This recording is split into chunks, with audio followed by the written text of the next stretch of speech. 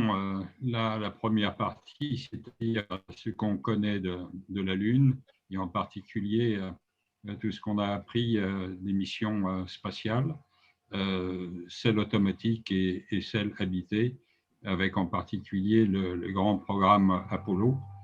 Vous voyez apparaître sur l'écran les 6 sites d'atterrissage des missions Apollo, Apollo 12, Apollo 11, bien sûr en premier, avec Armstrong et Aldrin, Apollo 12, Apollo 13 a échoué, mais a réussi un sauvetage extraordinaire, Apollo 14, et ensuite, c'est plus intéressant dans la mesure où Apollo 15, 16 et 17, les voyages sur la Lune ont été aidés par ce qu'on a appelé à l'époque la JEEP, qui s'appelle aussi un rover maintenant, et qui s'appelait en anglais Lunar Roving Vehicle. Donc ça, ce sont des missions très importantes. Donc ces missions se sont déroulées de juillet 1969 à décembre 1972.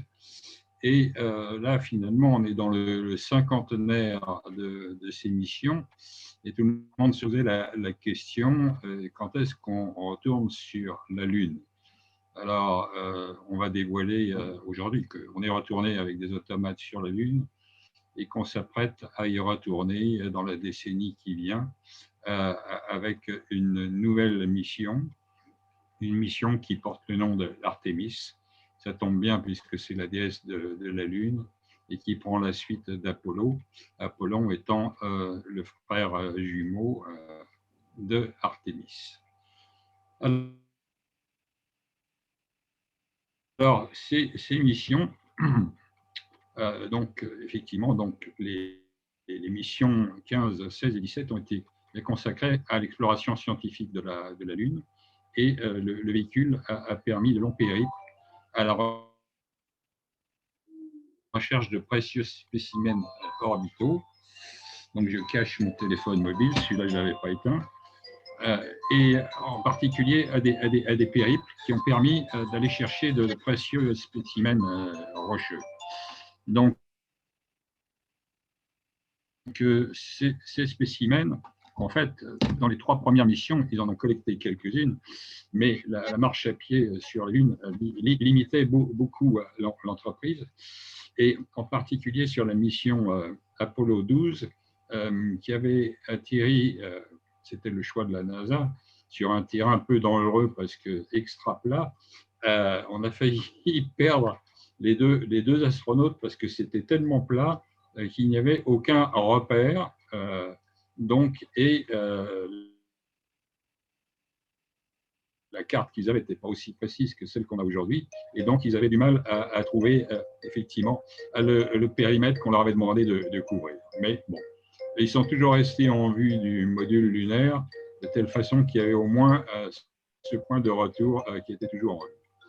Et quant à Apollo 17, alors ça c'est la dernière des missions. Celle-là, elle détient le record des parcours, avec un total sur trois sorties lunaires de 39 km. Le véhicule qu'ils utilisaient avait une vitesse maximale de 12 km/h, mais en général, et sauf dans les derniers kilomètres, parce qu'ils avaient envie de retourner vite au module lunaire pour des tas de raisons physiologiques, en général, ils ont maintenu une allure en dessous de 10 km/h pour ne pas risquer la panne ou un problème quelconque d'électricité. Alors, puisqu'on parle de Apollo 17, la dernière mission qui était la plus longue, et elle avait cette particularité qu'on avait à la fois comme astronaute, pilote du module lunaire et géologue, un des astronautes, Harrison Schmitt, qui est en fait le seul scientifique à avoir mis le pied sur la Lune. Les autres étaient tous des pilotes de chasse reconvertis.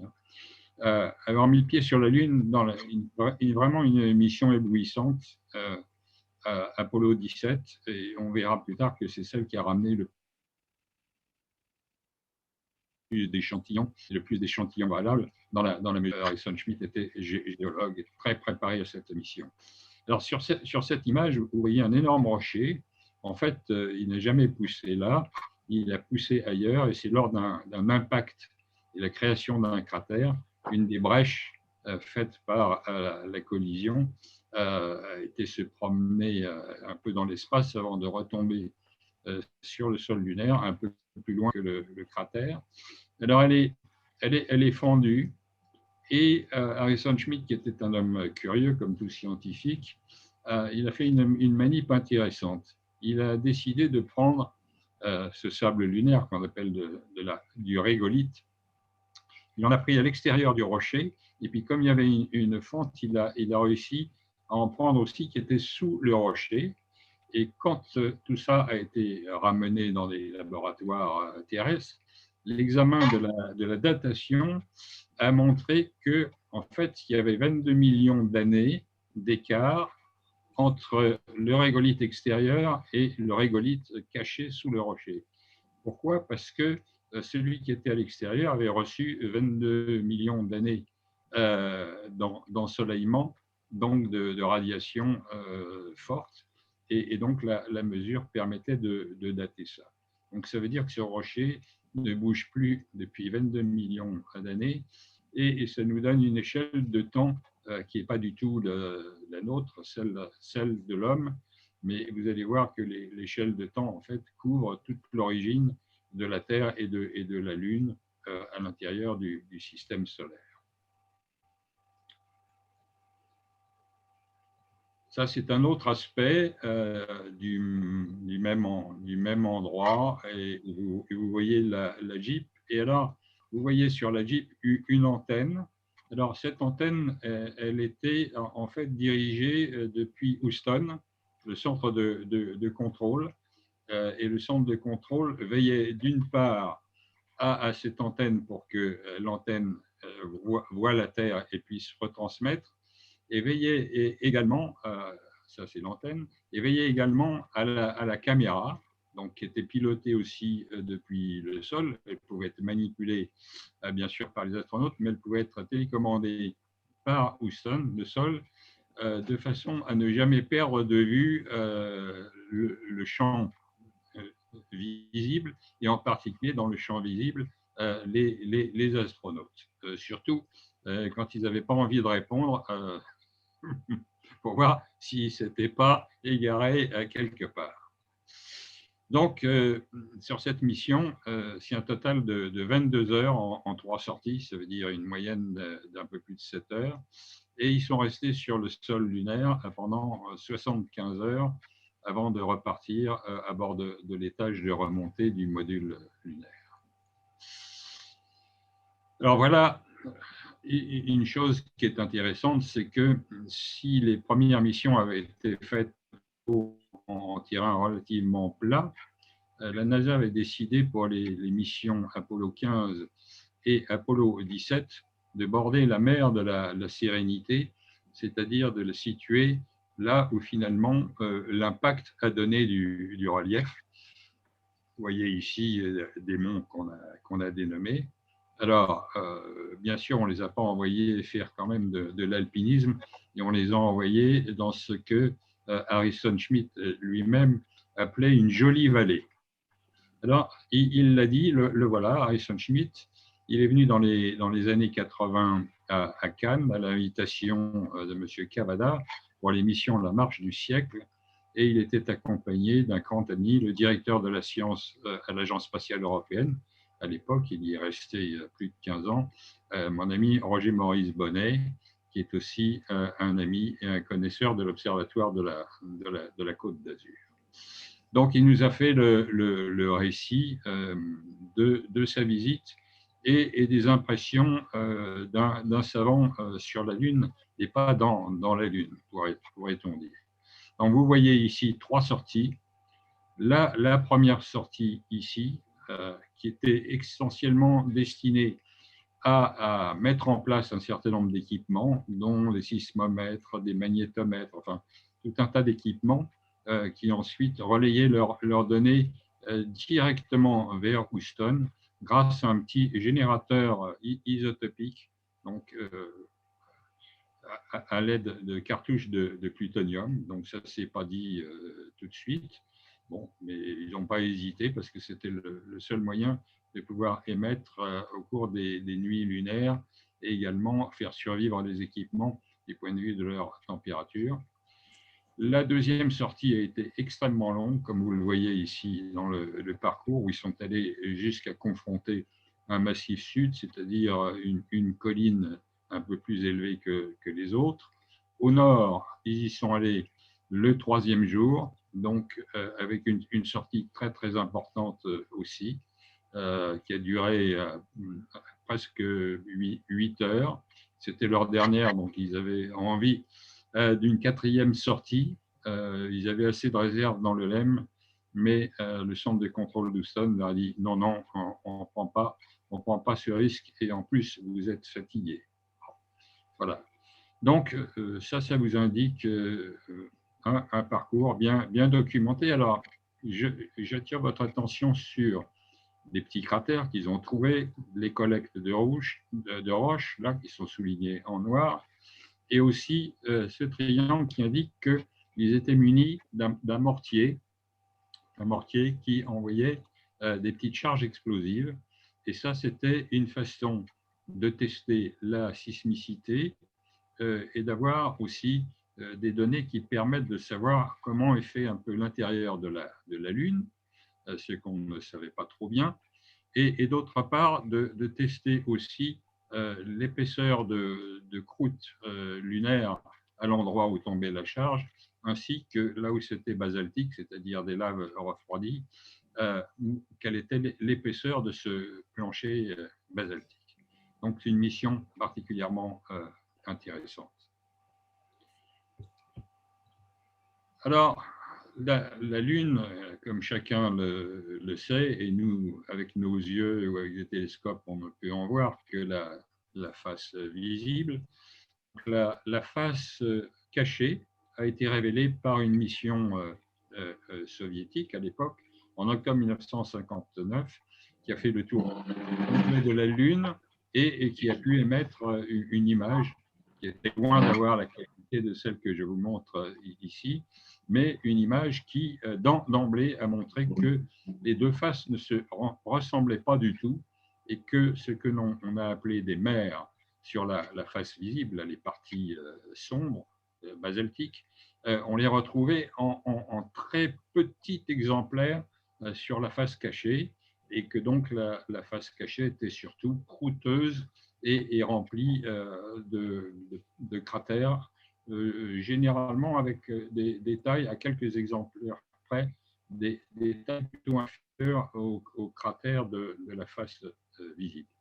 Alors, le diamètre moyen de la Lune est de 3476 km, hein, à comparer avec les plus de 12 000 km de la Terre. Et la Lune a une densité plus faible que la Terre, 3,3 contre 5,5.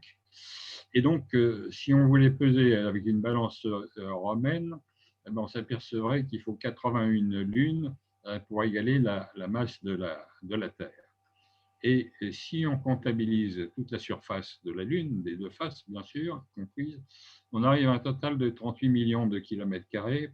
Pour les comparer, c'est bien moins que l'Asie, qui en fait 47, et c'est un peu plus que l'Afrique, qui en fait 30 millions de kilomètres carrés. Donc ça vous donne une idée de la surface à couvrir. Et la différence d'aspect entre les phases de la Lune est singulière, mais n'est pas encore totalement expliquée, sauf à ce qu'on a découvert à l'aide justement des sismomètres et de satellites étaient capables de mesurer le champ de pesanteur. Alors la pesanteur sur la Lune, c'est 1/6 de la pesanteur terrestre. Donc on est plus léger sur la Lune, ce qui a permis d'ailleurs aux astronautes de pouvoir avoir un pactage qui sur la Terre était importable, puisqu'il pesait 120 kg, et donc les astronautes étaient seulement entraînés dans des piscines. Alors, la rotation de la Lune, c'est-à-dire quand elle fait 360 degrés autour de son axe de rotation, c'est 27 jours, 32.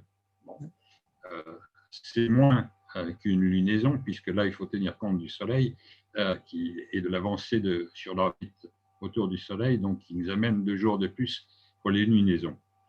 Alors, ce synchronisme, il est dû à ce qu'on appelle l'effet de marée. Alors, l'effet de marée, on sait ce que c'est sur Terre, puisque c'est les marées océaniques. C'est un nom scientifique qui s'appelle le gradient de gravité, qui fait que la face la plus proche de la Terre est plus attirée que la face arrière.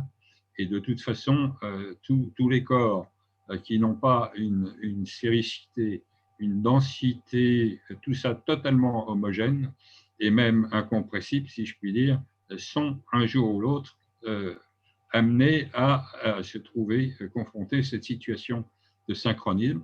C'est le cas de Mercure vis-à-vis du Soleil. Ce sera bientôt le cas de Vénus vis-à-vis du Soleil. Ce sera le cas de la Terre un jour, mais probablement dans 1 milliard d'années. Donc nous ne le verrons pas et nous n'en souffrirons pas. La distance de la Terre à la Lune est variable, donc ça c'est à cause d'une excentricité, elle n'est pas circulaire, donc il y a ce qu'on pourrait dire apogée périgée quand on dit de la Terre, donc aposélénée et périsélénée. Donc la distance de la Terre à la Lune croît régulièrement. Alors ça c'est le fait d'une dépense d'énergie, de l'effet de marée, en particulier de l'effet de marée sur Terre. Donc les océans, quand ils se confrontent au boutoir des continents, ils ont tendance à capter de l'énergie de frottement. Ça, c'est compensé par une légère diminution de la rotation de la Terre, à peu près une seconde de temps en temps, c'est quand on vous remet vos pendules à l'heure, et c'est compensé par l'éloignement de la Lune qui est de 2 à 3 cm par an, et ça nous rapproche de chez nous dans la mesure où c'est l'Observatoire de la Côte d'Azur avec le laser Lune qui est en charge de mesurer cet éloignement en visant et en pointant sur des réflecteurs laser qui ont été produits à Cannes et montés sur les engins soviétiques dont je ne parlerai pas longuement. Ils s'appellent les Lunarod.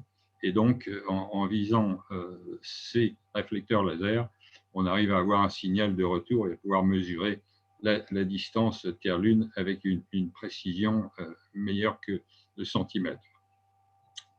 Alors, vu de la Terre, alors pour ceux qui savent observer ou qui sont des fans de l'observation de la Lune, si on regarde, et on prend par exemple la pleine Lune, parce que c'est la plus éclairée, si on la regarde un jour avant ou un jour après, chaque jour on prend une photographie à la même heure, eh bien les 3 photographies ne sont pas superposables.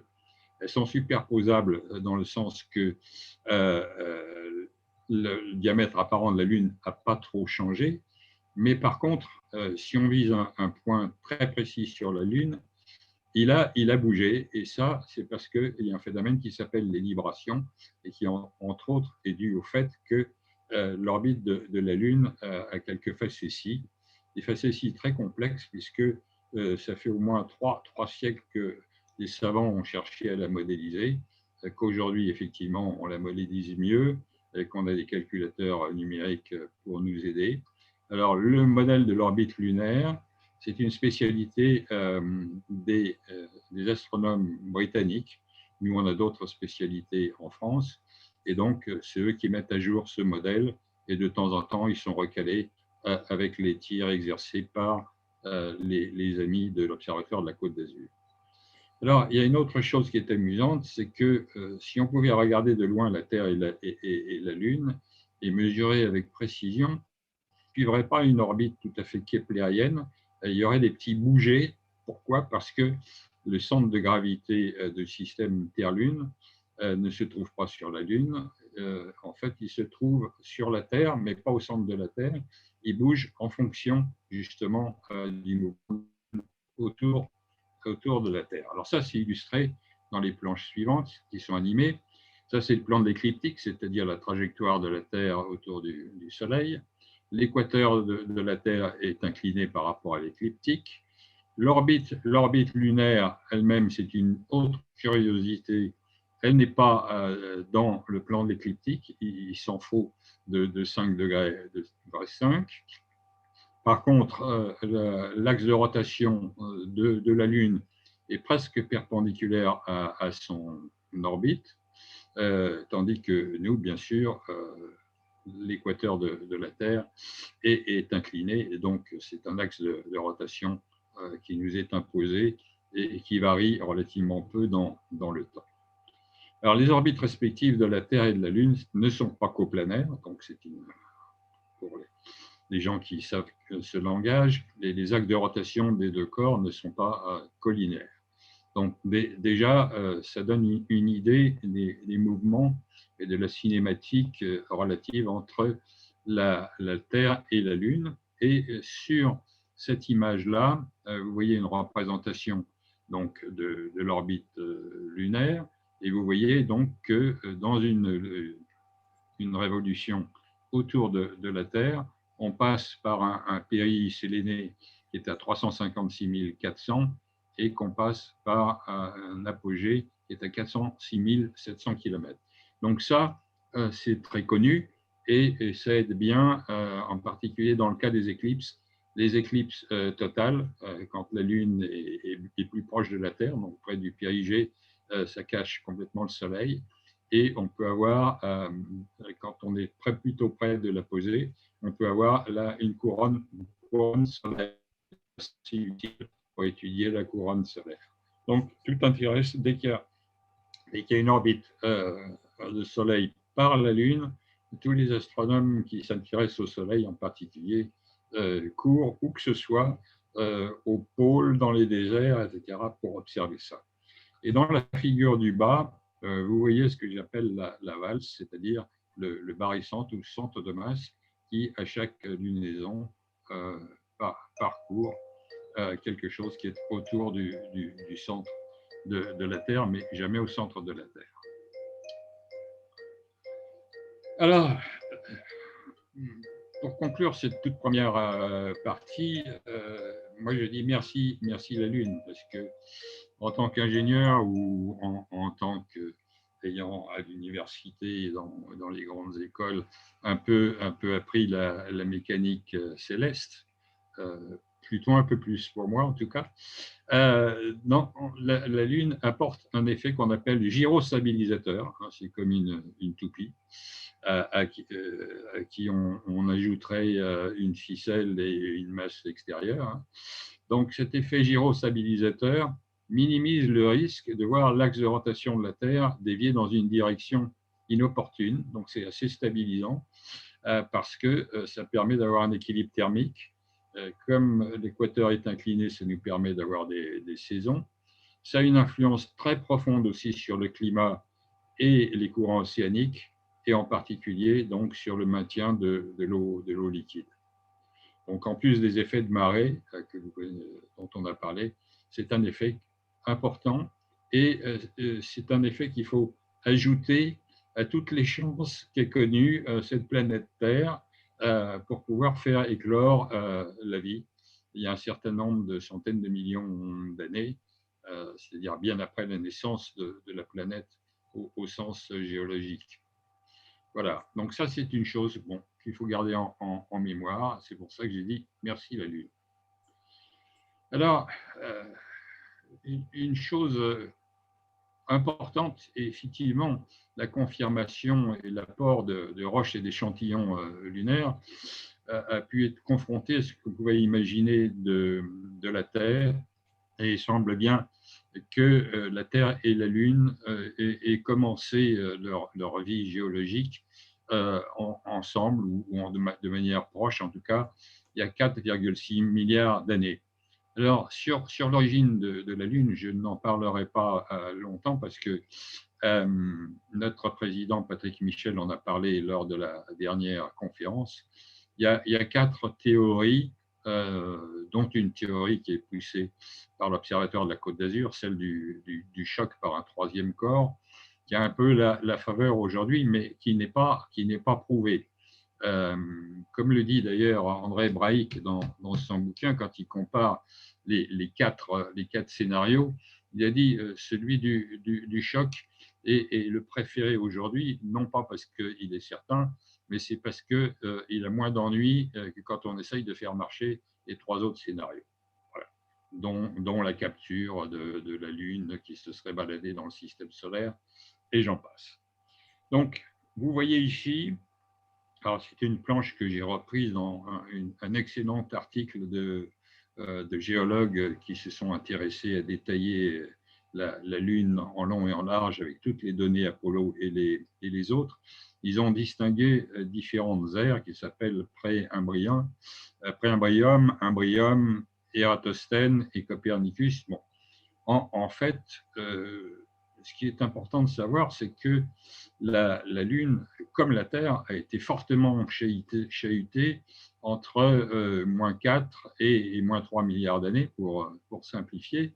Alors, la Terre, on n'en voit plus les stigmates parce que la Terre renouvelle sa croûte, mais sur la Lune, c'est différent. Il n'y a pas de tectonique des plaques, il n'y a pas d'océan, il n'y a pas d'eau, il n'y a pas d'atmosphère. Donc, ça reste souvent en l'état, sauf quand c'est bombardé au même endroit une seconde fois. C'est ce qui arrive, il y a des cratères doubles.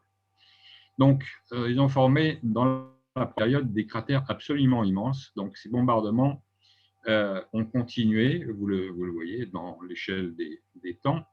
Et en particulier, vous voyez que le grand cratère Copernicus, lui, il est daté d'à peu près 1,2 milliard d'années d'ancienneté. Et Tycho est le plus jeune, et lui, il se serait arrivé dans une époque proche de la fin de la première extinction, la grande extinction, il y a environ 250 millions d'années. Bon. Extinction assez grande de la sur Terre. Donc, ça a formé des cratères immenses au début, et finalement, aujourd'hui, à moins qu'il y ait un nouveau Tycho un de ces jours, l'intensité a réduit, et ça se poursuit toujours, mais avec des météores, c'est-à-dire des bombardements qu'on voit encore sur la Lune, mais qui présentent des cratères plus petits. On en voit de l'échelle de 1 mètre jusqu'à à peu près 300 km de diamètre pour les plus grands cratères observables aujourd'hui. Donc, la plus vieille roche du stock Apollo, elle a été datée de moins 4,42 milliards d'années à la précision des isotopes qui ont servi à le mesurer. L'intérêt géologique est donc considérable, et voilà, il est ici donné en exemple. Alors, voilà, les astronautes ont été transformés en jardiniers de la Lune, mais jardiniers de cailloux. Vous voyez ici de ratissage de régolithes. Vous voyez ici Harrison Schmitt, je pense, avec son marteau. Et vous voyez ici, en comparant ce rocher, avant et après un coup de pic. Et là, vous avez dans le stock Apollo une roche qui est datée d'environ 4 milliards d'années, qui est à la fois grise et blanche. On sait de quelle matière elle est faite, évidemment. Alors, lors de la cratérisation, c'est-à-dire d'impact puissant, on trouve aussi des micro-éjectats qu'on a appelés volcaniques. Donc, le vert, c'est de l'olivine, le jaune, c'est du pyroxène. Donc, ce sont des pierres connues sur Terre. Alors, ici, c'est des échantillons qui ne sont pas très grands. Hein. Ils font au plus quelques millimètres. Et lors de la collision, il y a également une chaleur intense qui transforme les roches en vapeur. Et ensuite, on retrouve ces petites sphérules qui sont en fait des éléments qui ont été vaporisés, qui sont refroidis, qui se sont ensuite retombés et qu'on retrouve souvent comme des inclusions à l'intérieur des rochers et des échantillons lunaires. Et là, on est dans une dimension beaucoup plus petite, on est de l'ordre de 0,1, 0,2, 0,3 mm, mais ce sont des sphérules. Voilà, Donc, la Lune est finalement un livre d'histoire géologique pour le système solaire, comme le sont d'ailleurs les astéroïdes, très différents souvent les uns des autres, que Patrick Michel est en train de chasser régulièrement. Mais la Lune est quand même un beau laboratoire. Alors, voilà un exemple de ce qui se passe. Si vous regardez ici, là, il y a eu une très fort collision. Alors, cette collision a une onde de choc qui est représentée ici, et cette onde de choc était telle qu'elle a brisé la croûte lunaire. Elle a créé sur ses rebords des montagnes. Vous voyez ce que ci sont des brèches de la croûte terrestre.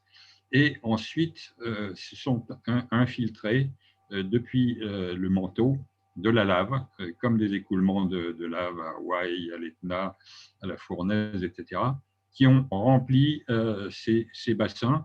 Et quand c'est de grande taille, ces bassins, on les a appelés des mers. Et alors, quand c'est très puissant, comme c'est le cas ici, par exemple, vous avez également une réaction naturelle. Quand vous faites tomber une goutte d'eau sur un bassin, c'est la même chose.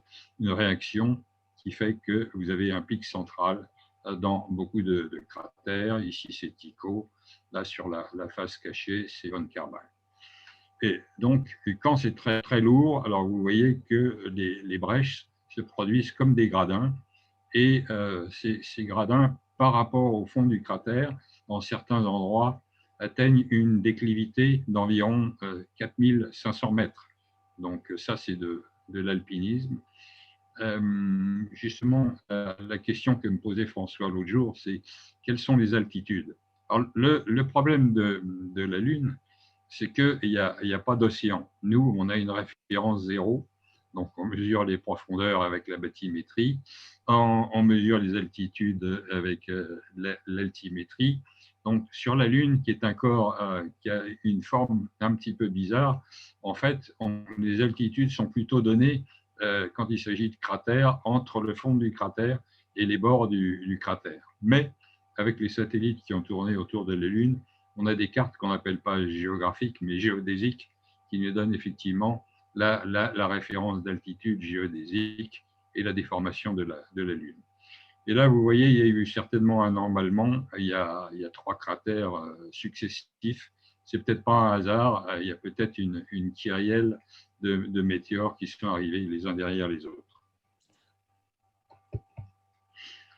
Donc, vous voyez ici, j'ai fait promener exactement cette image parce que vous voyez, vous avez vu sur la partie gauche précédente, je peux la remontrer. Vous voyez ici, il y a des petits cratères, hein, des tout petits. Et il y en a des moyens, là où ils n'ont pas voulu dévaler. Et vous voyez que quand on parle de montagnes, enfin, ce sont plutôt des collines, comme les appelait à cet endroit-là Harrison Schmitt. Donc, le volcanisme réactif, ce n'est pas un volcanisme éruptif comme sur Terre, a produit des remontées basaltiques du manteau qui ont rempli les grands bassins, ou maria en latin, donc qui en ont Imbrium, la sérénité, la tranquillité, etc.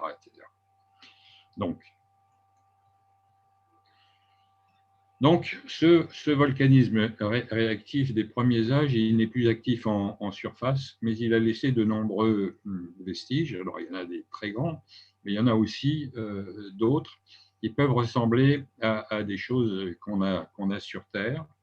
Donc là, vous avez ici quelque chose qui peut ressembler aux trappes du Décan, c'est-à-dire dans les trappes du Décan pendant 1 million d'années environ, sous un point chaud central de la Terre, il y a eu des éruptions qui ont, couche après couche, fait monter du magma. Et là, on voit bien que ce n'est pas une coulée unique, c'est une succession de coulées. Alors, quand il y a des coulées, il peut y avoir aussi des coulées dans une déclivité. Donc, ça donne lieu à ce genre de choses. Et si ça refroidit, ça donne la naissance de tunnels de lave. Donc, et certains sont visibles directement, les tubes de lave, parce que quand le puits qui alimentait était vertical et que ça s'est arrêté de pousser derrière, la lave s'est refroidie et en se refroidissant, effectivement, elle est retombée un peu dans le trou. Donc là, vous voyez ici, ce trou-là, il fait 80 mètres de large et autant de profondeur à peu près. Donc, ces traces plus ténues de volcanisme se découvrent par endroits à la surface de la Lune. Alors, est-ce que la Lune a des tremblements, comme on a des tremblements de terre? Alors, elle en a, mais c'est très, très différent parce que elle devient un corps froid et d'année en année ou de millions d'années en millions d'années de plus en plus froid. Donc, c'est le refroidissement du manteau qui crée en fait des craquements aux endroits où se recristallisent en se refroidissant de nouveaux matériaux. Et c'est perceptible à partir des endroits où on a posé effectivement des stations sismiques. Donc vous avez ici une chose qui est remarquable, c'est quand vous regardez la face qui voit la Terre et la face anti-Terre, vous voyez que la croûte terrestre, la croûte lunaire, pardon, est beaucoup plus épaisse sur la face cachée que sur la face visible. Et ça donne une des hypothèses pour lesquelles finalement il y a moins de mer, donc il y a eu moins sans doute de possibilités d'éclosion du volcanisme réactif sur la face cachée de la Lune. Mais en plus, il faut ajouter que la Lune n'a pas toujours été en moyenne à 380 000 km de la Terre. On peut supposer qu'à un moment donné, elle n'en était qu'à 80 000 km, donc c'est proche, et que par conséquent, l'attraction de la Terre a aussi pu jouer sur la formation ou la déformation de la Lune. Alors, avec des satellites à une distance donnée, et cette distance était mesurée parce que selon qu'on passe dans un champ de pesanteur plus grand ou plus petit, le satellite freine et celui qui est derrière voit que la distance change avec le précédent. Et donc à partir de ça, on remonte au champ de gravité lunaire. Alors ici, c'est donné en Gall. G, ça vaut 980 Gall. Donc vous voyez ici des variations relativement importantes et significatives sur la surface de la Lune, avec moins de champs de pesanteur là où c'est bleu et plus de champs de pesanteur là où c'est rouge. Même ici, on a pu remonter aussi à l'épaisseur de la croûte. Et donc, vous voyez une variation entre 80 km au maximum et quelquefois 10 km et pas plus pour les endroits creux.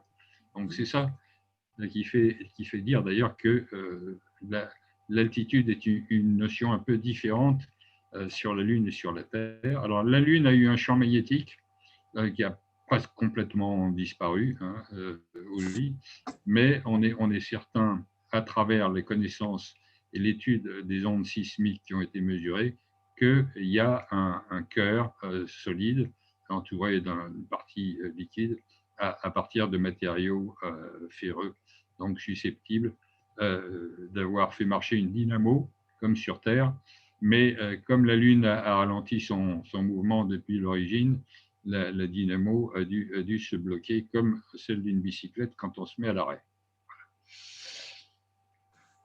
Désolé pour la comparaison, mais elle est simple.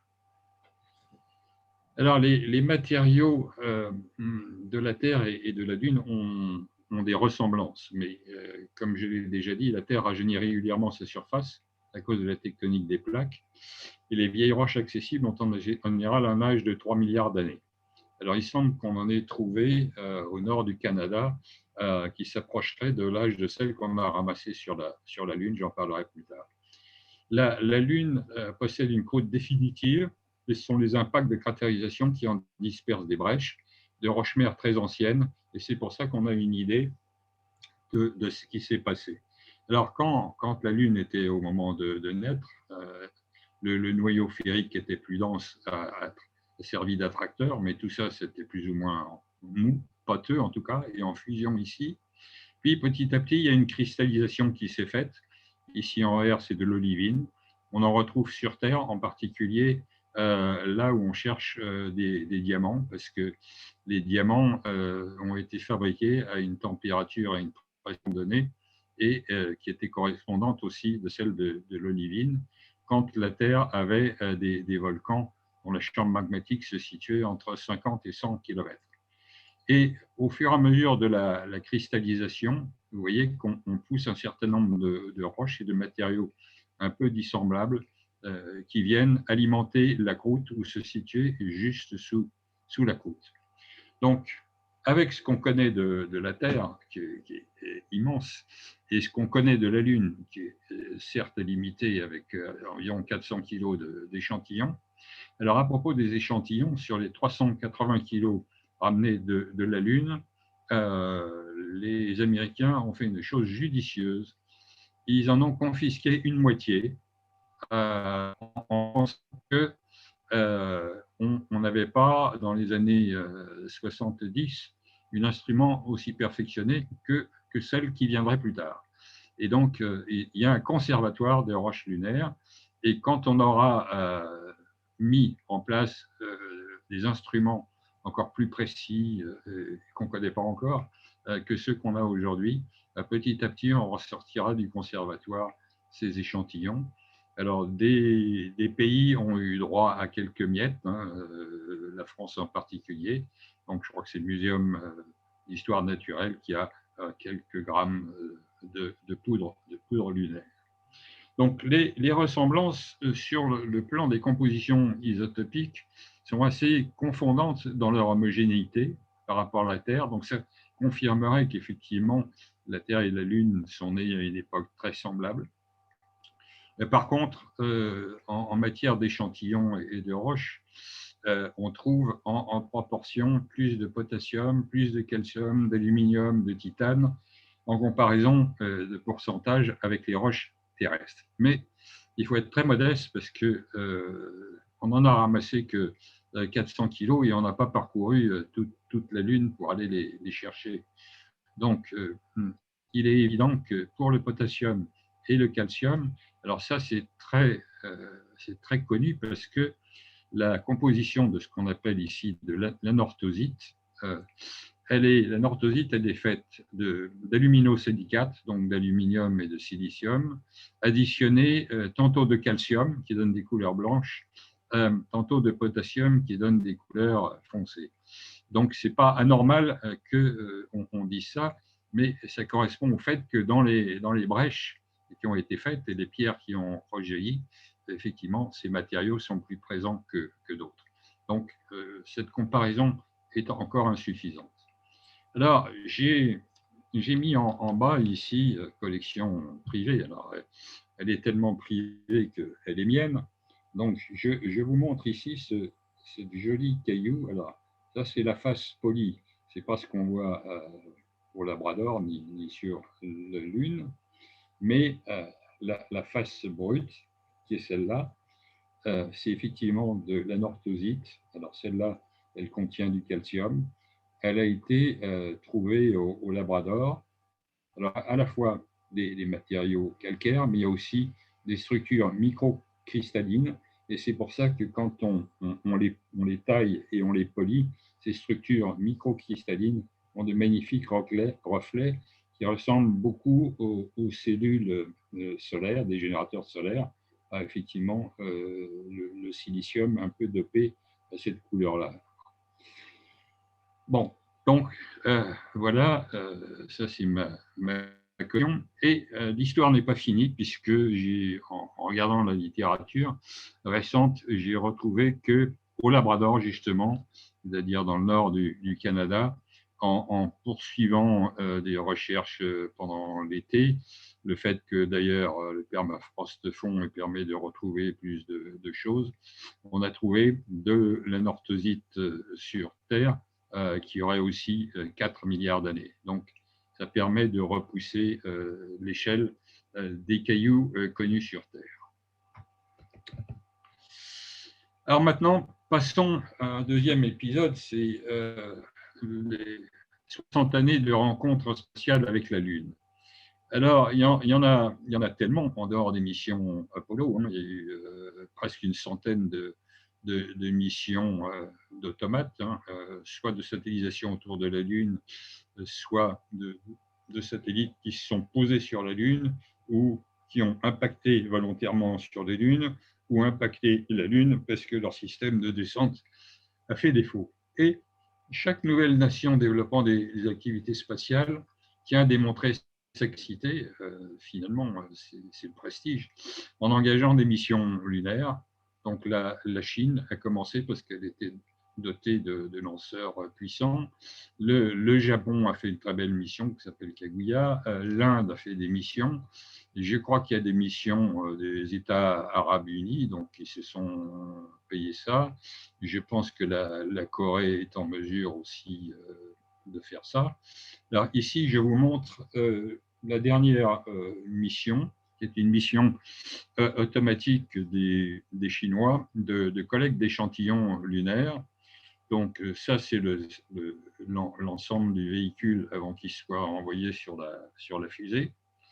Donc vous avez dans la partie basse un orbiteur qui, lui, va rester en orbite autour de la Lune et servir de relais de communication.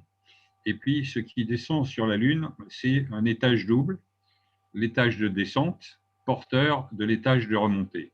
Et bien sûr, reste sur la Lune l'étage de descente, et c'est l'étage de remontée qui repart et va ensuite se diriger vers la Terre. Alors, il est porteur d'un bras, donc ici, il semblerait trop court, mais une fois qu'il est au sol, il s'allonge.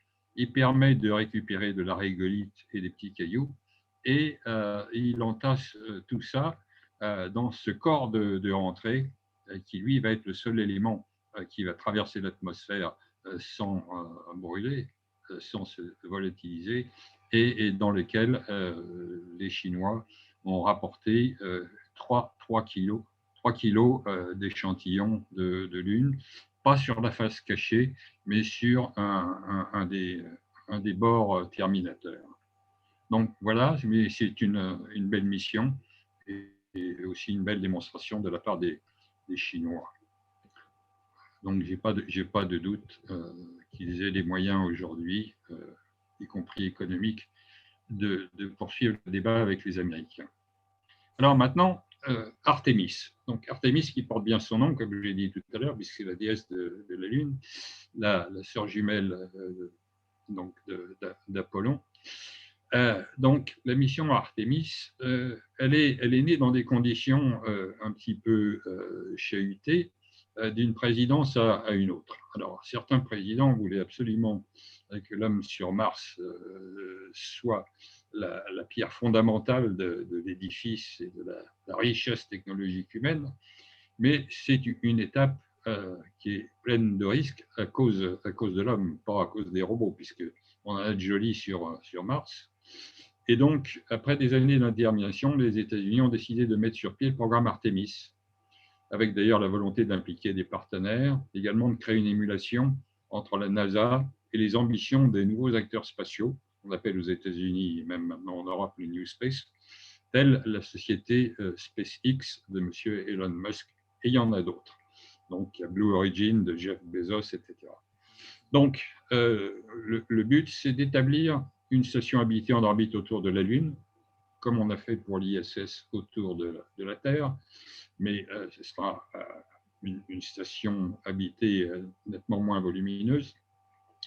Et d'autre part, pouvoir effectuer ainsi des navettes entre la station et la Terre pour l'équipage et l'avitaillement, et aussi, depuis cette station, de pouvoir faire descendre des étages de descente qui viendraient se marrer pour mener des opérations pour établir la possibilité d'un camp de base sur la Lune.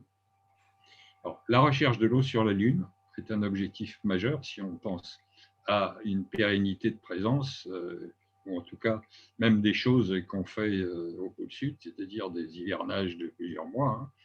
Donc, il y aura des missions scientifiques associées parce qu'il faut qu'on continue à connaître la Lune, même pour faire des stations. Et puis, une question aussi qui se pose, une industrie sur la Lune est-elle viable? Et il y a un point d'interrogation, mais vous verrez que, en fait, ça implique énormément des efforts sur la robotique elle-même. Alors, c'est toujours grandiloquent, donc la Lune, port spatial vers l'univers. Je crois que le port spatial vers l'univers va rester quand même très terrien, hein, longtemps, aussi longtemps qu'on le pense. Et alors, cette image est amusante parce qu'elle reprend le thème de la recherche de l'eau dans le fond d'un cratère. Voilà. C'est une grandiose perspective avec des montagnes qui sont un peu moins arrondies, un peu plus anguleuses que celles qu'on a montrées tout à l'heure. Un fond un étage intermédiaire dans le cratère et un trou profond. Donc, vous voyez ici, il y a des générateurs avec un câble qui va alimenter des robots qu'on ne peut pas voir et qui sont dans le fond du trou. Donc, c'est pour ça que je m'amuse. Grandiose perspective, mais le précipice n'est pas loin. C'est comme à Rome, entre le Capitole et la roche tarpéienne. S'il y a des latinistes. Alors, envoyer des astronautes vers la Lune avec les éléments pour leur survie et leur retour, c'est une astronautique gigantesque. Donc, on n'a plus les fusées Saturne V, mais la NASA en crée une de puissance équivalente qui s'appelle le Space Launch System, SLS, avec une capacité d'emport très importante. Donc, ça ressemble ici aux deux propulseurs qui aidaient la navette. Là, il y a un étage central et un troisième étage et étage haut. Alors, la charge utile des premiers modèles dans une orbite qui est vers la Lune est de 27 tonnes et l'ensemble pèse à peu près 3500 tonnes avec une poussée au départ de 4000 tonnes. Donc, donc il y a des versions supplémentaires pour monter à 42 tonnes, 46 tonnes. Vous pensez bien que les éléments d'assemblage de la station orbitale demandent quand même qu'on emmène vers cet endroit-là des choses importantes pour ne pas multiplier les missions. Donc, il y a un minimum probable autour de 10-12 tonnes, mais il faut des fusées beaucoup plus puissantes qu'Ariane. En plus, on n'aura plus Ariane 5 dans peu de temps. Alors, vous voyez ici donc le départ d'un SLS et qui, à un moment donné, va laisser échapper la coiffe et libérer pour l'orbite translunaire le troisième étage. Donc, la hauteur fait 100 mètres sans ce système de sauvegarde, donc pas loin de 110 ou 120 mètres que faisait Saturne V, et une masse au décollage dont j'ai parlé, 3500 tonnes. Ça fait trembler la Terre et l'estomac des gens qui assistent à ça. Alors, dans l'étage supérieur, on va retrouver une cabine. Alors, ce n'est pas la cabine Apollo, maintenant, elle s'appelle Orion. La cabine elle-même est faite par la NASA et les Européens ont démontré pas mal de capacités avec les missions ATV en particulier et aussi avec la Station spatiale internationale. Donc, la NASA fait confiance à l'ESA pour le module de service qui va propulser et alimenter en fluide et en différentes choses, y compris en générateur solaire, alimenter la cabine Orion pendant son voyage avant qu'elle ne serve elle-même et toute seule pour la rentrée sur Terre. Donc, le programme a commencé et vous voyez ici l'intégration d'un vaisseau Orion, donc les deux pièces rassemblées à Kennedy Space Center, à la NASA, et il y a déjà toute une série d'Orion qui sont déjà en train d'être assemblés aux États-Unis. Et donc des modules de service en Europe. Alors, la sécurité et des volabilités, elle prime. Il ne faut pas prendre de risques avec ça.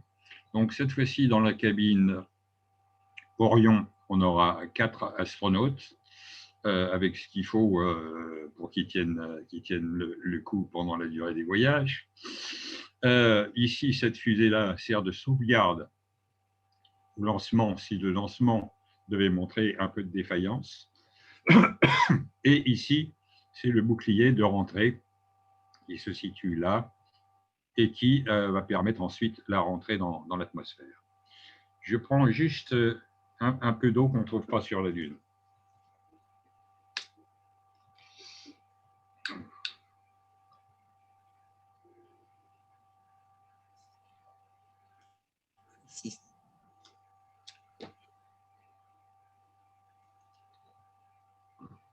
Alors, le vaisseau Orion, donc, dans la première mission qui est prévue, qui s'appelle la mission Artemis 1, qui sera faite sans équipage, comme ça a été fait d'ailleurs dans le programme Apollo. Donc, il fera une insertion de Orion en orbite lunaire, survol de la Lune et retour vers la Terre avec rentrée et récupération. Donc ça, c'est un test en vol absolument nécessaire pour être sûr qu'on a tout prévu, tout mis au point.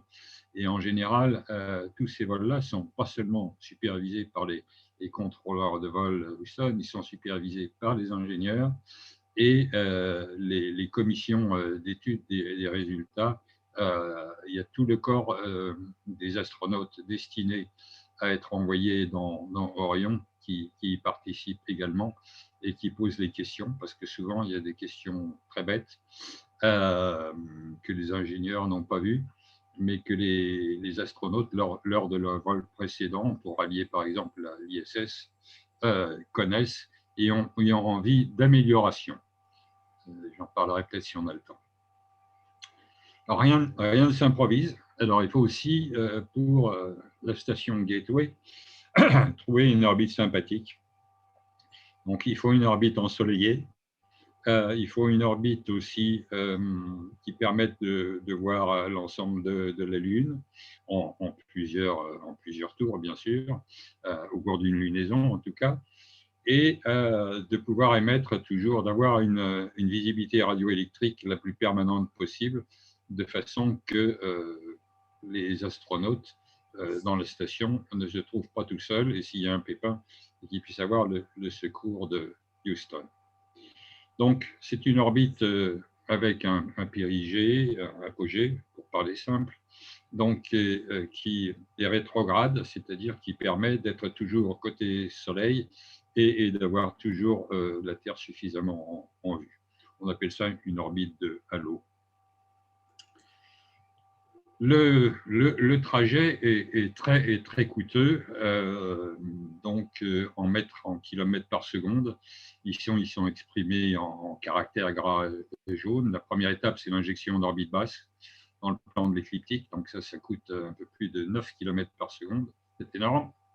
Ensuite, c'est le rôle du troisième étage d'injecter en orbite translunaire, donc ça coûte encore 3 km par seconde. Et puis ensuite, il faut s'insérer en orbite autour de la Lune, et donc ça coûte encore 1,5 km par seconde. Donc ça, c'est le trajet qu'effectueront Orion et tous les modules pour l'assemblage de la station Gateway. Et quand Gateway sera suffisamment active et opérationnelle, à ce moment-là, on pourra envisager des phases 4, c'est-à-dire faire descendre un étage sur la Lune, puis remonter de la Lune. Là, les transferts vers la Lune, il n'y a pas d'atmosphère pour freiner, donc c'est toute la propulsion. Et de même, pour la remontée, heureusement, il n'y a pas d'atmosphère, donc ça fait un peu d'économie, mais c'est encore 1,7 km par seconde. Alors, si on fait un bilan massique, et si on prend ça une mission qui serait totalement automatique, parce que dès qu'on met des astronautes, c'est beaucoup plus compliqué, et la masse de ce qu'on peut faire revenir par un cargo est forcément diminuée. Donc c'est une masse au départ de 3500 tonnes, et au retour, c'est seulement quelques tonnes dans le meilleur des cas. Donc vous voyez, c'est quand même très dispendieux en énergie que d'envoyer. C'est un peu plus dispendieux que de mettre des satellites en orbite géostationnaire. C'est proche, mais quand même plus. Donc voilà une image donc, de ce que est prévu pour Gateway.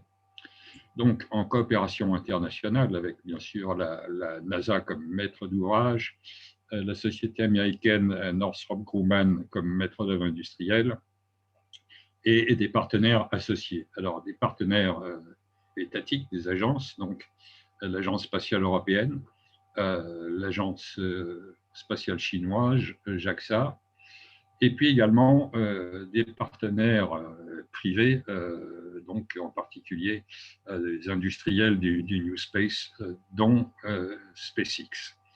Alors, là, la NASA réalise ou fait réaliser ce premier module qui apporte de quoi propulser et de quoi avoir de l'énergie électrique, puis un premier module habité qui est lui-même doté de quoi ancrer des vaisseaux futurs.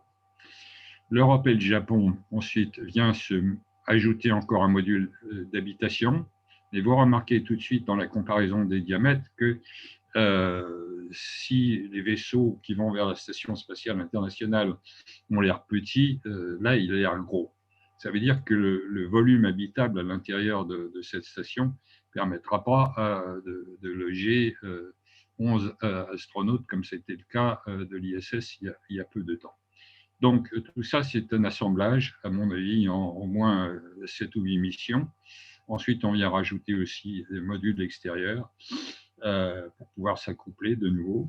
Donc, l'Italie est championne de ce genre d'habitat étanche et France-Allemagne est assez champion pour la navigation, la propulsion, etc. Donc, responsable de ce module propulsif, qui peut aussi servir de temps en temps à recaler la station.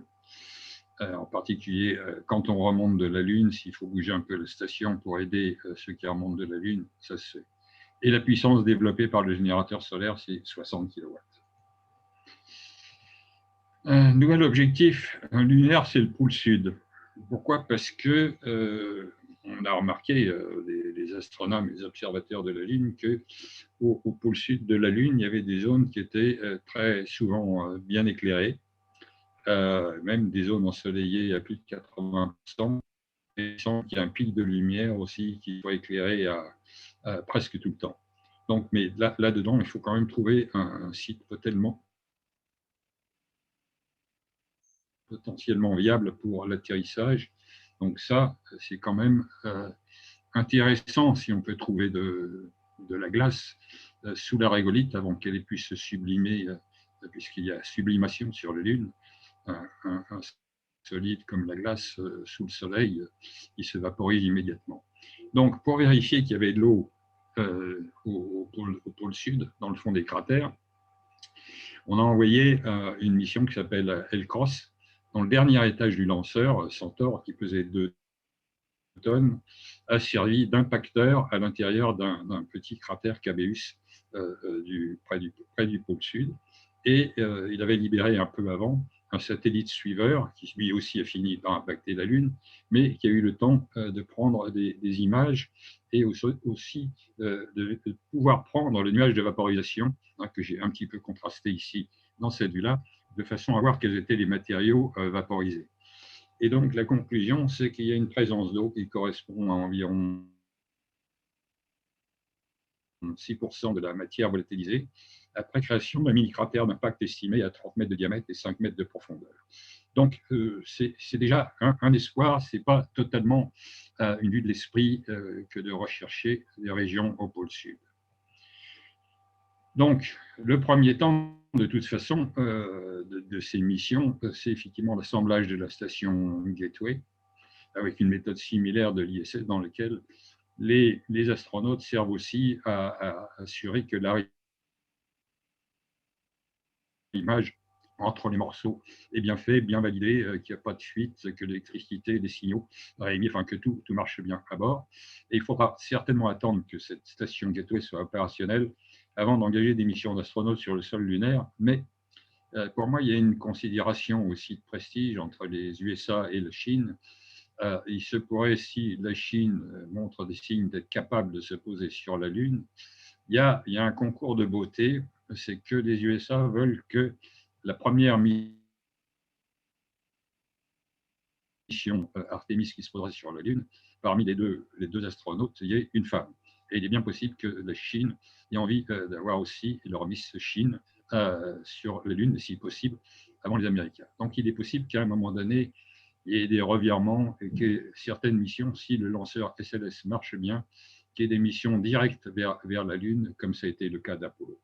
Enfin, c'est ce que j'estime probable, sciemment, sur les questions de prestige.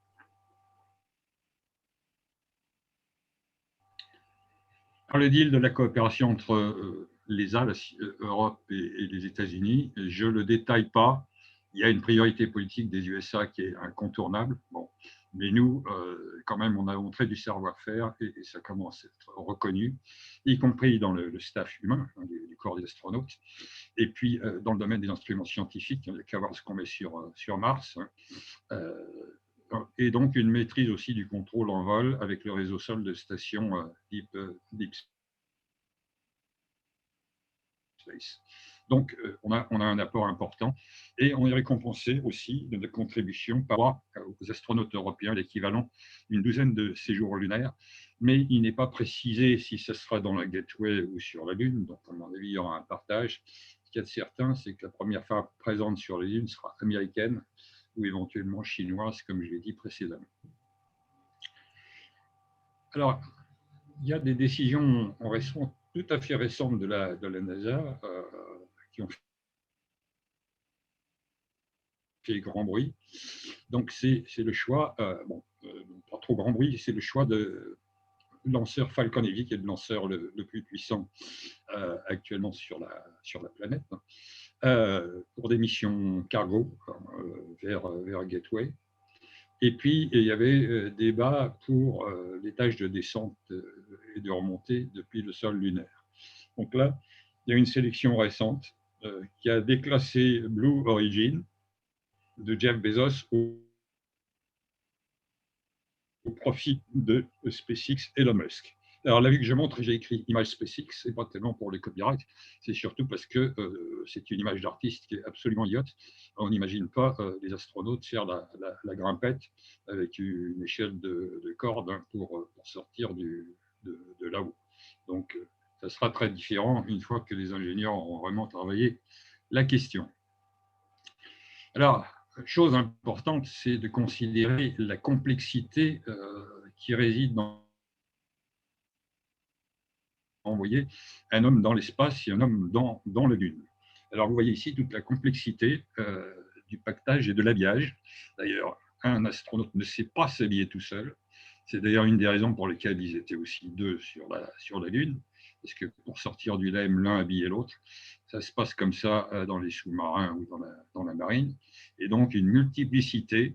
Alors, en fait, ça, c'est rempli de liquide avec des pompes.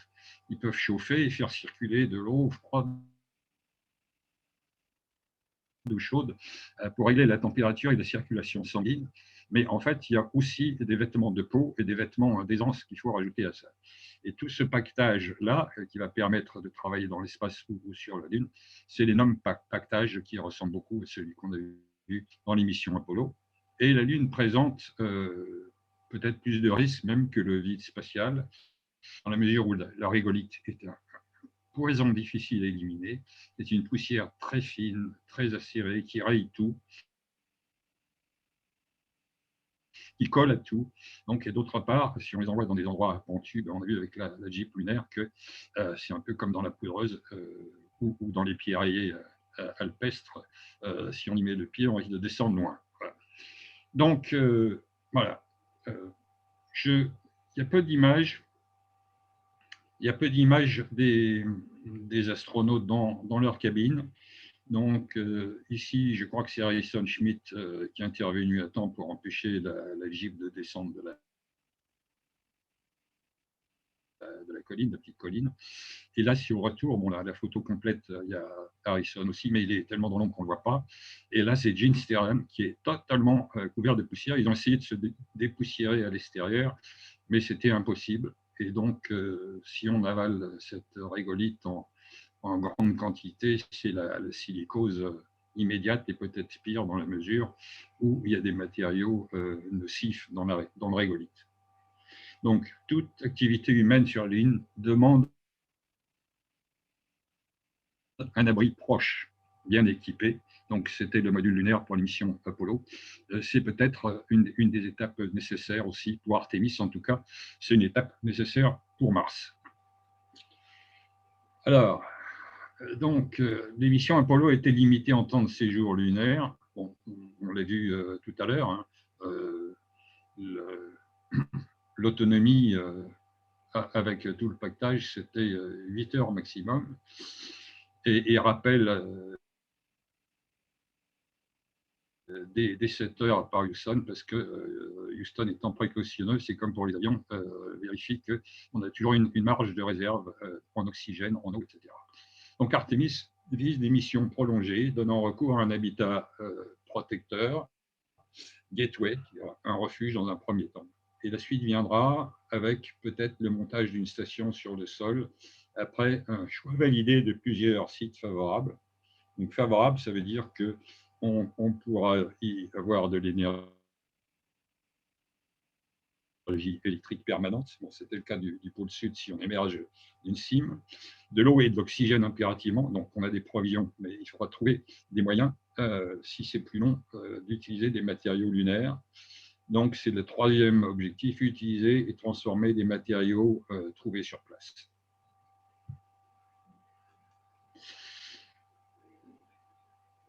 Alors, sur l'énergie, bon, voilà, donc c'est simple, si on peut mettre dans des endroits ensoleillés des générateurs solaires, ça marche bien, c'est connu, ça a tendance à vieillir un peu, mais ça marche. Bon. Et à partir de radioisotopes pour être sûr d'alimenter des choses quand il fait très froid, en particulier des instruments ou des choses sensibles. Donc, il faut beaucoup d'imagination et on la met dans les jeunes têtes. Donc, la NASA fait faire des concours entre les chercheurs, les étudiants, les laboratoires, les naïfs, ceux qui ont de l'imagination pour trouver des moyens, effectivement. Donc, ici, vous avez un projet donc, issu de NIAC, c'est NASA Innovative donc, concept, advanced concept. Donc, la pesanteur lunaire étant plus faible que sur Terre, on peut faire des structures déployables plus facilement. Donc là, on alimente dans le fond d'un cratère, on fait monter des mâts déployables jusqu'à la hauteur où les générateurs solaires voient constamment le soleil. Et puis, il y a une part de rêve avec des petits abris. Ce n'est pas des algécos, c'est quand même mieux. Et aussi un certain nombre de robots capables d'avaler la régolithe et de faire sortir de la régolithe le contenu d'eau sous forme de glace que peut contenir le fond du cratère, qui n'est pas ensoleillé du tout, comme laisserait croire l'image en fond de cratère.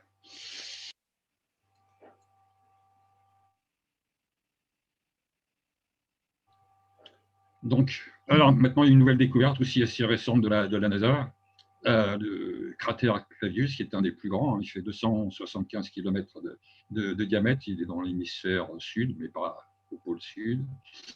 Donc, il est sur la face visible. Et apparemment, il y aurait des fuites volatiles. Donc, en particulier, il peut exhaler des molécules d'eau. Donc, peut-être quand c'est éclairé par le soleil et pas dans la nuit. On ne sait pas. Donc, l'idée de coller un habitat là, avec des robots un peu plus musclés, donc ça permettra un habitat plus durable et gérer des procédés industriels.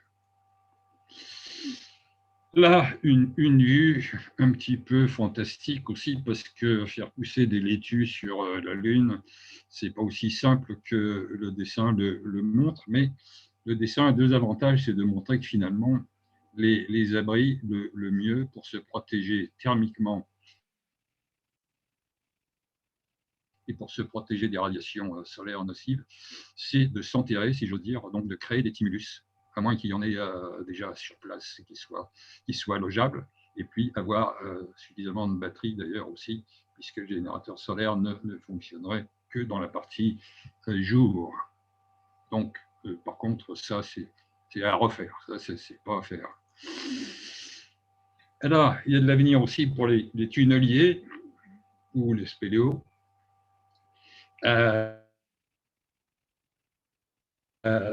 Donc, dans la mesure où on cherche aussi un abri naturel. Si jamais il y a un tube de lave sympathique, pas trop pentu, assez large, pas trop arracheur de structure, etc., on peut penser à effectivement loger une station, ou en tout cas des abris à l'intérieur de ces tubes. Ça permettrait effectivement de bénéficier d'une bonne moyenne thermique, pas trop froide, et d'autre part, de pouvoir éventuellement, avec des structures gonflables ou autres, faire des sas de survie. C'est complexe, mais voilà un exemple donc, de satellite Kaguya des Japonais à repérer des endroits là, dans ce qui s'appelle les Maris Hills. On voit effectivement des traces de coulées de lave, alors certaines dont le toit a pu s'effondrer, ça fait des failles, ou d'autres dont le toit est resté en place. Donc voilà, par exemple ici, un trou, et à côté du trou, visiblement, il y a une coulée de lave, et il est possible qu'il y ait un tube de lave qui soit encore en bon état. Mais tout ça, c'est quand même une grande aventure très, très complexe, et je ne pense pas que ce sera le premier choix. Et puis, il en faut pour tout le monde, donc pour les astronomes. Alors, certains voudraient dépasser le mur de Planck, c'est-à-dire l'âge où les premières étoiles ont relâché des photons pour remonter dans ce qu'on appelle l'âge sombre, Dark Age. Et ils pensent tous que le plasma qui était contenu et qui n'émettait pas, en tout cas pas de photons, a pu émettre aussi a pu quand même émettre des radiofréquences. C'est-à-dire que le magnétisme aurait précédé le photonie. Et ça, donc c'est l'idée d'équiper. Bon, on peut y croire, en tout cas la NASA met un peu d'argent pour que les études se poursuivent. 500 000 $, c'est pas si mal. De déployer une structure métallique très fine sur un cratère, et comme disait François quand on a préparé la conférence, faire mieux qu'un Arecibo, mais sur la Lune, parce que sur la Lune et sur la face cachée de la Lune, on peut, lorsque c'est la nuit, ne pas avoir du tout le soleil qui est un gêneur épouvantable dans les ondes radio, et on n'a pas non plus la Terre qui devient de plus en plus gênante. Donc, choisir un cratère, déjà, c'est pas facile parce qu'il faudra trouver le bon. Mais ensuite, est-ce qu'une robotique peut monter une telle chose? Et est-ce qu'on pourra alimenter tout ça avec du plutonium pour que ça survive, les parties électroniques survivent dans la nuit lunaire? C'est à voir. Donc, pour moi, c'est au travail la robotique. Donc, l'objectif majeur du projet Artemis n'est pas l'exploitation de la Lune, mais c'est la mise au point de techniques préparant une future expédition humaine vers Mars, donc un habitat d'une certaine durée et dont la construction devrait précéder l'arrivée de l'homme. Le challenge se situe dans cette perspective et sera initié par des missions lunaires Artemis. Question: que pourrait-on exploiter sur la Lune qui ne soit pas déjà présent sur Terre? Alors, si on considère le coût d'une mission cargo revenant vers Terre, il faut que ce soit un produit d'une immense valeur et qu'il ne soit ni volumineux ni trop pesant. Donc, 6 missions Apollo plus les autres, ça fait que 400 kilos. Alors, si un tel produit devait être extrait puis transformé, alors nécessairement, l'extraction et la transformation devraient être réalisées sur la Lune. C'est pour ça qu'on parle d'industrie lunaire, en fait. C'est ça le meilleur argument, afin d'en avoir à transporter qu'un produit fini et certainement pas un produit brut. Que ce produit mini, en plus, que ce soit sur la Lune ou sur Mars, l'eau et l'énergie seront des besoins préalables à toute activité humaine ou d'industrie. Bon. L'hypothèse de rapporter de l'hélium 3, c'est intéressant, il y en a beaucoup plus sur la Lune que sur Terre, et ça permettrait, associé au deutérium, si ITER a fait une démonstration convenable, de penser que dans le futur, on pourra avoir de l'énergie nucléaire propre l'hélium-3 n'est pas radioactif et la fusion entre deutérium et hélium-3 dégage très peu de produits isotopiques. En tout cas, c'est plus facile à contrôler. Donc, est-il envisageable, une question qui peut se poser, de partir de la Lune pour rejoindre Mars? Donc, partir de la Lune, ça demande une vitesse faible de 2,4 km par seconde en comparaison de la Terre, hein, c'est 11,2. Mais ériger un lanceur complexe sur la Lune n'est pas une hypothèse technique jouable. Bon. Et avec un équipage encore moins. Donc, quelles sont les grandes échéances? Alors, la station orbitale Artemis devrait être en place vers 2028, à mon avis, c'est une estimation de chez elle, pas une estimation de NASA, suivie d'une petite base lunaire avant 2035 pour tirer quelques expériences avant de préparer un projet habité vers Mars. Pendant ce temps-là, l'exploration robotique de Mars se poursuit donc, avec des robots, hein, mais chaque 2 ans. Il se pourrait d'ailleurs qu'on accède à l'eau sur Mars avant d'accéder sur la Lune, parce qu'au moins sur Mars, on sait où elle se trouve. Hein. Elle passe entre le pôle sud et le pôle nord, et principalement au pôle sud, en fonction des saisons martiennes. Donc il suffit de s'approcher de cette zone pour en trouver. Donc des humains sur Mars, alors pour moi c'est une perspective 2050, mais il y a tellement d'autres priorités. C'est en particulier en 2050, on a promis de gérer l'histoire du climat sur Terre et d'éviter une nouvelle divergence. C'est prioritaire si on fait un raisonnement solide. Voilà, bah, écoutez, je vous remercie. Je prends deux minutes pour me dégourdir les jambes avant que François pose quelques questions. Alors, il est tard et donc on n'en aura pas beaucoup.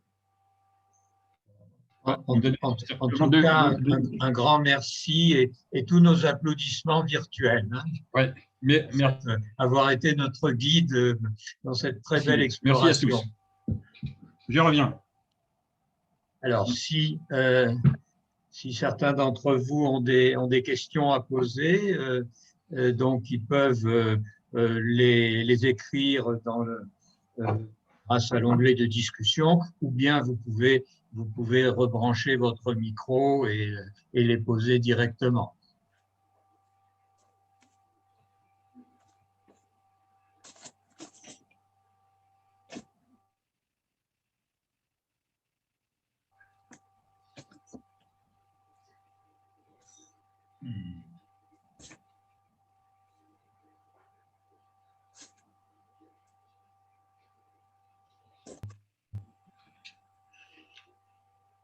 Voilà, alors y a-t-il des questions?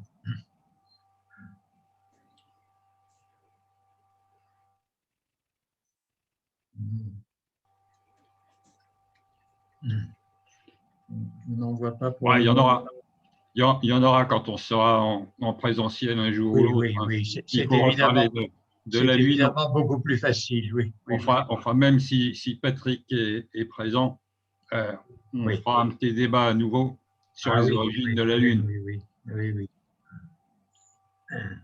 Bon, en tout cas, merci à tous. C'était un peu long, je m'en excuse, mais c'était dense. Très, très bien et très, très instructif. La Lune, on s'imagine qu'on la connaît. Bon, en fait, on ne sait que peu de choses. Donc, avant de terminer notre réunion… Il y a des gens qui ont comptabilisé tous les cratères, les grands, les petits, etc. Donc, c'est comme les archéologues sur Terre. Mais il y a des volumes gigantesques là-dessus. Hein. Donc, ceux qui veulent les connaître, ils trouvent des annuaires où il y a tous les cratères. C'est sûr. Voilà, écoutez, je crois que je ne vois pas de questions pour le moment. Donc, je rappelle simplement notre prochain rendez-vous pour une conférence qui devrait être le 9 juin. Alors, cette fois, on ira un peu plus loin. Les étoiles variables de la galaxie d'Andromède. Enfin, c'est quand même la plus proche des oui. galaxies, mais voilà. C'est celle qui va nous avaler dans beaucoup de milliards d'années. Paraît-il, oui, oui. Donc, ce sera à la Maison des Associations de 15 h à 17 h. Merci encore et un grand bravo à Jean-Jacques de Chezelle. Voilà, à bientôt. Bonsoir à tous.